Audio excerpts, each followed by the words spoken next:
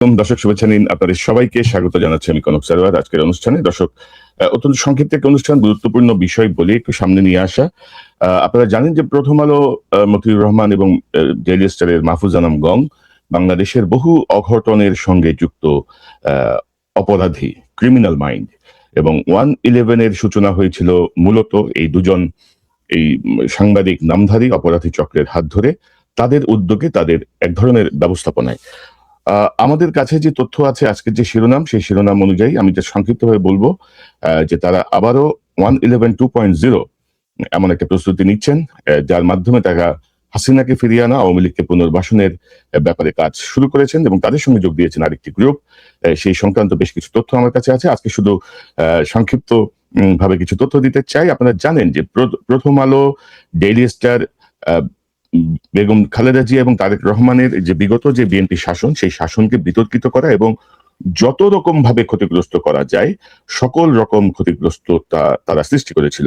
কিন্তু দীর্ঘ প্রায় 17-18 বছর পরে যেন তারেক রহমান দেশে ফিরে আসার পর থেকে তারা আবার তাদের সেই যে চামচামি, তাদের যেই কি বলবো দালালি, পা চাটার যে খাসলত, সেই খাসলতে তারা আবার তারেক রহমানের কাছাকাছি আসতে চাচ্ছে।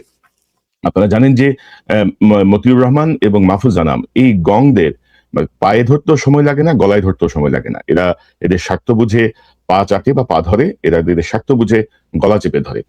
এবং এখনো ধরেন মাঝে মধ্যে ওই যে এদের মানসিকতা বের হয়ে যায়। আপনারা জানেন যে সাম্প্রতিক সময়ে আয়নাঘরকে তারা কথিত বন্দিশালা বলে একটা রিপোর্ট করছে, পরে বলছে যে এটা আসলে মানে তারা আবার ব্যাখ্যা দিচ্ছে যে এই শব্দ তারা আর কখনো ব্যবহার করবে না, ইত্যাদি ইত্যাদি, ভুল টুল ইত্যাদি বলে তারা ধরেন এক ধরনের মেকআপ করার চেষ্টা করছে। তো এই সাম্প্রতিক কিছু দিন আগে, অর্থাৎ গত জুন মাসে, সম্ভবত মে জুনে, যেন তারেক রহমানের একটা কার্টুন তারা করেছিল প্রথম আলোর যে সহযোগী ম্যাগাজিন রসালোতে, যে তারেক রহমান একটি চেয়ারের মধ্যে বসে আছেন, আগুনের চেয়ার। এটি তার সংসদের একটা বক্তব্য নিয়ে এই কার্টুনটি হয়েছে। এই জাতীয় কার্টুন হতেই পারে, এটা খুব অস্বাভাবিক কিছু না। কিন্তু বিস্ময়কর হচ্ছে, মতি বিএনপিকে দালালি করতে চেয়ে সে একটা নতুন স্টাইল তৈরি করছে। সে তারেক রহমানের খুব কাছাকাছি যেতে চায়। তারেক রহমান সাম্প্রতিক সময়ে বিএনপির বিটের সাংবাদিকদের সঙ্গে বৈঠকে একটি প্রসঙ্গ অবতারণা করেছেন। আমি সেটি আপনাদেরকে শোনাই। প্রথম আলো উনি একদিন এসেছিলেন আমার সাথে দেখা করতে, বললেন যে আমরা কিন্তু, ওনাদের একটা ম্যাগাজিন বের হয়, তো বললেন যে আমরা কিন্তু নেক্সট আপনার হ্যাঁ হ্যাঁ রসালো, তো বললেন যে আমরা কিন্তু আপনার কার্টুন দিচ্ছি, আমরা কোনো অসুবিধা নেই দেন। বলে কার্টুনটা কিন্তু একটু বেশ কঠিন হবে। আমরা কিরকম বলে, ওই যে আমি তো সংসদের বক্তব্যে বলেছিলাম, গত সেশনের লাস্ট দিন বলেছিলাম যে ওই যে চেয়ারটা থেকে হিট করে, তো উনি এঁকেছিলেন যে আমি চেয়ারে বসে আছি এবং চেয়ার থেকে আগুন বেরোচ্ছে, বলে ওইটা কোনো অসুবিধা নেই, আপনার মতন করে কার্টুন দেন। তো উনি দিয়েছেন, সমস্যা নেই। আপনার যদি ওটা উনি কেন দিয়েছেন, ওটা তো সমালোচনা করেন, ওটা উনি দিয়েছেন, কার্টুন তো কার্টুনের মতনই হবে। তো বুঝতে পারছেন যে একটা পত্রিকা, একটা কার্টুন ছাপা হবে, একটা কার্টুন প্রকাশ হবে, তার আগে মতি যে প্রধানমন্ত্রীকে তেল মারার জন্য বলছে যে আমরা কিন্তু এরকম একটা কার্টুন দিচ্ছি, কার্টুনটা কিন্তু একটু করা হবে, কড়া করে কিছু নাই। অর্থাৎ যে পরিমাণ অপমান, অপদস্থ এই মতিউর রহমান গং, তারেক রহমান, বেগম খালেদা জিয়া, জিয়াউর রহমানকে করেছে, তার কিন্তু একটা একটা বিচার হবে, তার কিন্তু একটা ব্যবস্থা নেওয়া হবে, এমনটি আশা সবাই করেছিল। কিন্তু তারেক রহমান কোনো এক অজানা কারণে দরবেশের ভূমিকায় আছেন। তিনি সব মাপসাপ করে দিয়ে এক ধরনের মানে কি বলবো বুজুর্গি অবস্থায় চলে গেছেন। কিন্তু এই জাতীয় দুর্বৃত্তরা এবং তারেক রহমানের এই বক্তব্য যদি দেখেন, দেখবেন যে তিনি অনেক সরল ভাবে তার এই বক্তব্যকে গ্রহণ করছেন। আসলে আমি জানি না, দীর্ঘ 17-18 বছর হয়তো বিদেশে থাকার ফলে ধরেন আমাদেরও তো মানসিকতা অনেক পরিবর্তন এসে গেছে। অনেক কিছু মানে অনেক কৌশল, বাঙালি কৌশল, বাংলা কৌশল বুঝতে একটু সমস্যা হয়। তো এরকম একটা সারল্যে তিনি কিন্তু পৌঁছে গেছেন এবং তিনি এটাকে অ্যাপ্রিসিয়েট করছেন। তিনি বোঝার চেষ্টা করছেন না যে এই প্রথম আলো গং কি করছে। এবং ধরেন তারেক রহমান, লুৎফুজ্জামান বাবর সহ ওনার আশেপাশে যারা ছিল তারা তো বাদ। এবং ধরেন বেগম খালেদা জিয়াকে নিয়ে তারা ধরেন একটা শিরোনাম দেখেন, দ্বিতীয় মেয়াদে খালেদা জিয়া বেপরোয়া হয়ে পড়েন। তো দ্বিতীয় মেয়াদে খালেদা জিয়া কি বেপরোয়ামি করছে রে মতি? কি প্রমাণ আছে তোমার কাছে ভাই?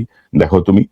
তো এই যে ধরেন উপরে কিন্তু তারেক রহমানের সঙ্গে একটা ভাঁজ দেওয়ার চেষ্টা চলছে, তারেক রহমানকে বোঝানোর চেষ্টা চলছে যে আমরা আপনার সাথেই আছি, আমরা আপনার অনুগত, আমরা আপনার পক্ষে কাজ করি, আমরা আমি দেখেন কার্টুন করার আগেও আপনার অনুমতি নিচ্ছি। কিন্তু ভেতরে ভেতরে যে বিষয়টা আমি আনতে চাচ্ছি যে 111 2.0 যে প্রস্তুতি সেটি শুরু হয়েছে সাম্প্রতিক সময়ে। মতিউর রহমান তার পত্রিকায় একটি আর্টিকেল ছেপেছে। সেই আর্টিকেলটি গত 7ই আগস্টের আর্টিকেল। মহিউদ্দিন আহমেদের কলাম, রাজনীতি কারো পৌষ মাস কারো সর্বনাশ, এই শিরোনামে একটি আর্টিকেল বেরিয়েছে, কলাম বেরিয়েছে। সেই কলামে মহিউদ্দিন আহমেদ সর্বশেষ জায়গায় লিখছেন, অর্থাৎ পুরো লেখাটার মধ্যে ধরেন প্রচুর সমালোচনা ছিল, দেশে চাঁদাবাজি হচ্ছে, দখলবাজি হচ্ছে, ইত্যাদি ইত্যাদি সব হচ্ছে। তো সেই জায়গাটায় শেষে, একদম শেষের অংশটা মহিউদ্দিন আহমেদ বলছেন যে তার এক বন্ধু মানে সূত্র ধরে তিনি বলছেন, তারপর সে এমন একটা সমাধানের কথা বলল, শুনে আমার এতদিনের পূর্ব ধারণা ধাক্কা খেলো। বলল, আমাদের দরকার একজন ক্রুয়েল অনেস্ট ডিক্টেটর, যে নিষ্ঠুর হবে কিন্তু চোর বদমাশ লুটেরা হবে না, সে এসব জঞ্জাল ধ্বংস করবে, এছাড়া আর উপায় নেই। আমি তো আমার মগজে মননে আছে টেমস নদীর পাড় থেকে তুলে আনা ওয়েস্টমিনিস্টার ডেমোক্রেসি। আমার মুখে জবাব ছিল না। মহিউদ্দিন আহমেদ, লেখক ও গবেষক, মতামত লেখকের নিজস্ব। এই যে ধরেন এই যে লেখাটা, অর্থাৎ ওয়েস্টমিনিস্টার ডেমোক্রেসি যে পদ্ধতিতে বাংলাদেশে এখন সরকার পরিচালিত হয়, মহিউদ্দিন আহমেদ এখানে একজন অনেস্ট ক্রুয়েল ডিক্টেটর, অর্থাৎ সেই প্রথম আলোর একটা ফরম্যাটের বিষয় মানুষের মাথায় ঢোকানোর প্রস্তুতি শুরু হয়েছে। এখন দর্শক ধরেন চাঁদাবাজি, দখলবাজি, খুন, দখল, এগুলো তো ভাই সমর্থন করছে না, প্রথম আলোকে কেউ মানাও করছে না, ভাই তোমরা এসব বিষয় নিয়ে রিপোর্ট করো। এখন ধরেন একটা দেশের বাংলাদেশের এরকম ঘটনা তো নতুন না, এরকম ঘটনা থাকতেই পারে। তো এই ঘটনাগুলোকে গভর্নমেন্ট আসলে কিভাবে অ্যাড্রেস করছে, গভর্নমেন্ট যদি অ্যাড্রেস করতে না পারে, কেন পারছে না, সেই জায়গাগুলো নিয়ে আপনারা কাজ করেন, সেই জায়গাগুলো আপনি সামনে আনেন, বড় বড় হেডলাইন করেন, এখানে চাঁদাবাজি হয়েছে, দখলবাজি হয়েছে। কিন্তু চাঁদাবাজি, দখলবাজির ঠেকানোর জন্য আমাদের অনেস্ট ক্রুয়েল ডিক্টেটর, মানে একজন সৎ নির্মম স্বৈর শাসক প্রয়োজন। সেই স্বৈর শাসককে তোমরা তৈরি করে রাখছো, সাজায় রাখছো, গুছানো, হাতে রেডি আছে তোমাদের মাল, তোমরা আবার সামনে নিয়ে আসবা এইসব ঘটনা ঘটায়। মানুষের মাথায় কিন্তু তারা দেখেন আস্তে আস্তে এই বিষয়গুলো পাঞ্চ করা শুরু করছে। এখন নিচে লেখা আছে মতামত লেখকের নিজস্ব, কিন্তু আজকে যদি প্রথম আলো কেউ লিখে যে বাংলাদেশের উচিত হচ্ছে অখণ্ড ভারতের কনসেপ্টে যোগ দেয়া, সেটি মতামত নিজস্ব হবে। তুই বেটা সম্পাদক আসস কি জন্য? এসব প্রচার করার জন্য? এসব আকামের দোকান আবার শুরু করছিস তোরা? তোরা কি মনে করতেছ এটা এখনো সেই 2006-07? তোমরা যা বলবা পাবলিক খাবে এবং সেই অনুযায়ী তোমরা সাকসেসফুলি অ্যাক্ট করবা? এবং আমি জনাব তারেক রহমানকে সতর্ক করতে চাচ্ছি যে এই যে চক্র নেমেছে, ভাই দয়া করে এদের কথায় বিভ্রান্ত হয়েন না। মাননীয় প্রধানমন্ত্রী নিজে বিপদে পড়েন না, দেশটারে বিপদে ফেলায়েন না। এরা আপনার সামনে এক কথা বলবে, পেছনে এত করে কাজ করবে। এবং আমি সবার অবগতির জন্য বলছি, একটি ফার্মাসিউটিক্যালস কোম্পানির মালিক সাম্প্রতিক সময়ে 111 2.0 জন্য অ্যাসাইন্ড হয়েছেন। বিশেষ বিশেষ জায়গা থেকে, বিশেষ বাংলাদেশ এবং বাইরের দু একটা জায়গা থেকে অ্যাসাইন্ড হয়েছেন, এবং তিনি ইতিমধ্যে বেশ কয়েকটি সংবাদপত্রের মালিক এবং সম্পাদক, টেলিভিশন এবং সংবাদপত্রের মালিক সম্পাদকদেরকে নিয়ে বেশ কয়েকটি গোপন বৈঠক করেছেন। তার কিছু ফলো আপ আপনারা যদি বাংলাদেশের পত্রিকা এবং টেলিভিশন গুলো লক্ষ্য করেন, আপনারা দেখবেন যে কিছু কিছু জায়গায় মহিমান্বিত করার চেষ্টা করা হচ্ছে কিছু ব্যক্তিকে, কিছু জায়গাকে তারা এমন ভাবে পোর্ট্রেট করার চেষ্টা করছে যাতে মনে হতে পারে যে এই সরকার বাদ দিয়ে আমাদের 111 সরকারই খুব ভালো ছিল, আমাদের একজন ডিক্টেটর দরকার, আমাদের এখানে সেনা শাসন দরকার, আমাদের এখানে ক্রুয়েল অনেস্ট ডিক্টেটর। এই শব্দটার মধ্যেই আসলে অনেক রকমের ইনফরমেশন লুকিয়ে আছে। তো সেই জায়গায় আমরা বলতে চাচ্ছি যে প্রথম আলোর যে ধোঁকা, সেই জায়গাটায় প্রধানমন্ত্রী তো বটেই, বাংলাদেশের দেশপ্রেমিক যে গোয়েন্দা সংস্থাগুলো আছে তারা নিশ্চয়ই কাজ করবেন।